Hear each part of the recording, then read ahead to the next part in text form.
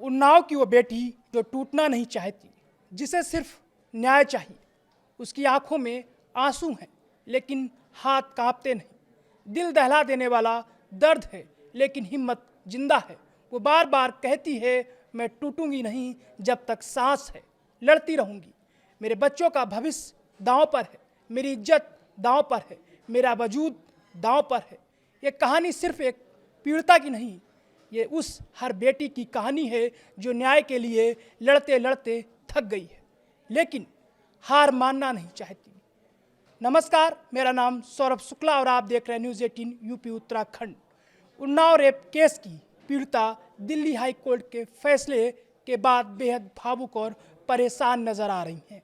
उन्होंने कहा कि अगर हालात ऐसे ही रहे तो उन्हें फूलन देवी बनने पर मजबूर कर दिया जाएगा। पीड़िता ने मीडिया से बात करते हुए कहा, मेरे सामने ला दो, मुझे अपने हाथों से मारना पड़ेगा उसको। जैसे निर्भया केस में दोषियों को फांसी हुई, मैं भी चाहती हूँ कि इन्हें फांसी दी जाए ताकि हमें न्याय मिले। लेकिन जज साहब के फैसले ने देश की बेटियों को डरा दिया है। मेरा पति घर पर सहमा बैठा है, हमें डर है कि कहीं हमें या हमारे बच्चों को मार ना दिया जाए। जान है तो लड़ाई लड़ूंगी, चाहे कुछ भी हो जाए। दरअसल 23 दिसंबर 2025 को दिल्ली हाई कोर्ट ने उन्नाव रेप मामले में बीजेपी के पूर्व विधायक कुलदीप सिंह सेंगर की उम्र कैद की सजा को सस्पेंड करते हुए उन्हें जमानत दे दी। हालांकि फिलहाल वे जेल से बाहर नहीं आ सकेंगे क्योंकि पीड़िता के पिता की हत्या मामले में उन्हें 10 साल की सजा मिल चुकी है और उस पर भी सुनवाई जारी है।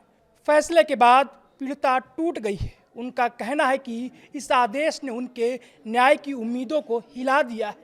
पीड़िता ने आरोप लगाया कि अगर सीबीआई ने मजबूती से बहस की होती तो शायद सेंगर को राहत ना मिली होती। उन्होंने कहा, सीबीआई के आईओ ने भी पैसे लिए हैं, लगता है सबने अपनी जेबें भर ली।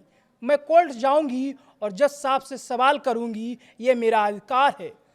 जब चुनावी एंगल पर सवाल पूछा गया तो पीड़िता ने कहा कि 2027 के चुनाव से पहले जमानत को लेकर राजनीति की चर्चा हो रही है और अगर ऐसे आरोपी के परिवार को कोई पार्टी टिकट देती है तो यह उसके साथ बड़ा अन्याय होगा।